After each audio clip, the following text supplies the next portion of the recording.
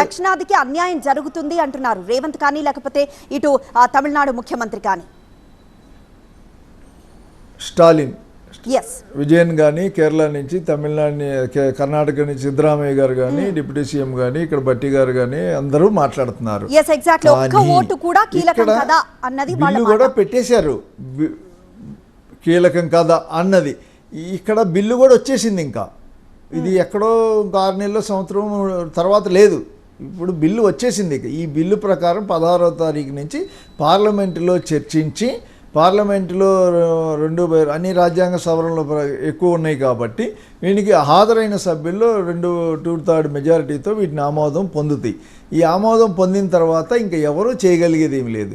బహుశా ఇదేదన్నా వీళ్ళు అపోజ్ చేసి వివిధ రకాలుగా చేసిన పరిస్థితి ఉంటే ఎంతో కొంత బిల్లు నెక్స్ట్ వాయిదా వేసి మళ్ళీ డిస్కస్ చేసి మళ్ళీ ఏదన్నా దీనిలో ఏదన్నా మార్పు చేర్పులు చేయడానికి అవకాశం ఉంటుంది తప్ప, అదర్వైజ్ ఈ బిల్లు పాస్ అయిపోయినట్టుగానే ఇప్పుడున్న వాతావరణాన్ని బట్టి మనం గమనించాలి. ఇవి పాస్ అయిన తర్వాత ఏమైంది, మీకు బీజేపీ 5 సార్లు కేంద్రంలో ప్రభుత్వాన్ని ఏర్పాటు చేస్తే 6 సార్లు, 4 సార్లు 5 సార్లు దక్షిణాది రాష్ట్రాల్లోని పార్టీల వచ్చిన ఓట్లు వాళ్ళ సీట్లతోనే బీజేపీ మద్దతుతోనే ప్రభుత్వాన్ని ఏర్పాటు చేసింది. ఎన్డీఏ పేరుతో 96 కావచ్చు, 98 కావచ్చు, 99 కావచ్చు, 2024 కావచ్చు. సో ఈ దక్షిణాది రాష్ట్రాల పార్టీలు ఏవైతే ఉన్నాయో, కాంగ్రెస్ పార్టీ ఉంది, వాళ్ళకి రేవంత్ రెడ్డి గారు లేకపోతే సిద్ధరామయ్య గారు ఎంత గట్టిగా మాట్లాడినా కర్ణాటక నుంచి వాళ్ళకున్న పరిమితులు జాతీయ పార్టీలో ఉన్నారు వాళ్ళు.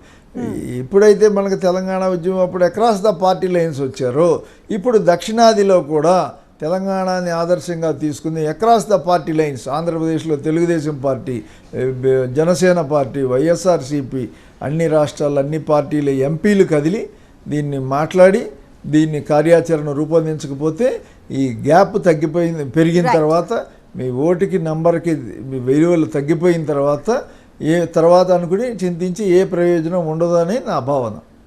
మరొకటి ఈ బిల్లులో మరొక హాటెస్ట్ టాపిక్ SC/ST రిజర్వేషన్ కి సంబంధించి. సో రాష్ట్రాల విషయానికి వచ్చేసరికి SC/ST రిజర్వేషన్ల గురించి ఎలాంటి మార్పులు జరగబోతున్నాయి?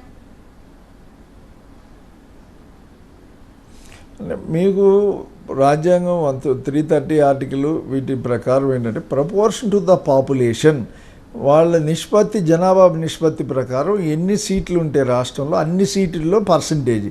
ఇక్కడ మనకి ఎస్టీ సోదరులు 19.5% ఉన్నారు, 17.5%. ఎస్టీ 17.5%, SC 17%, SC 17%గా ఉంది. ఈ రెండింటికి దామాషా ప్రకారం ఇప్పుడు 28 స్థానాలు అసెంబ్లీ స్థానాలు ఎస్సీలకి రిజర్వ్ కానున్నాయి రాష్ట్రంలో. పార్లమెంటు స్థానాలు ఇప్పుడు 4 ఉన్నాయి, 3 ఉన్నాయి, రేపు 5 అవుతాయి. 5 స్థానాల్లో 2 పార్లమెంటు స్థానాలు ఎస్సీలకి రిజర్వ్ అవుతాయి, ఇప్పుడు 2 అలాగే ఉన్నాయి. ఎస్టీలకి 2 అవుతాయి. ఈ రిజర్వ్ అయిన స్థానాల్ని జిల్లాలు అసెంబ్లీలు ఎస్సీలకి జిల్లా యూనిట్గాను, ఎస్టీ అసెంబ్లీలకి రాష్ట్ర యూనిట్గాను, పార్లమెంటు స్థానాలు స్టేట్ యూనిట్గాను, అంటే రాష్ట్రంలో 4 పార్లమెంటు స్థానాలు వస్తే డిస్ట్రిబ్యూట్ అనే పదం ఉంది యాక్ట్లో. As per they are practicable అన్ని పార్టీలో డిస్ట్రిబ్యూట్ చేయాలని. అప్పుడు ఉత్తర తెలంగాణ, దక్షిణ తెలంగాణ, సెంట్రల్ ఇట్లా వచ్చిన పర్సంటేజీలతో సంబంధం లేకుండా ఆ ఎస్సీ పార్లమెంటు స్థానాలని డిస్ట్రిబ్యూట్ చేస్తారండి.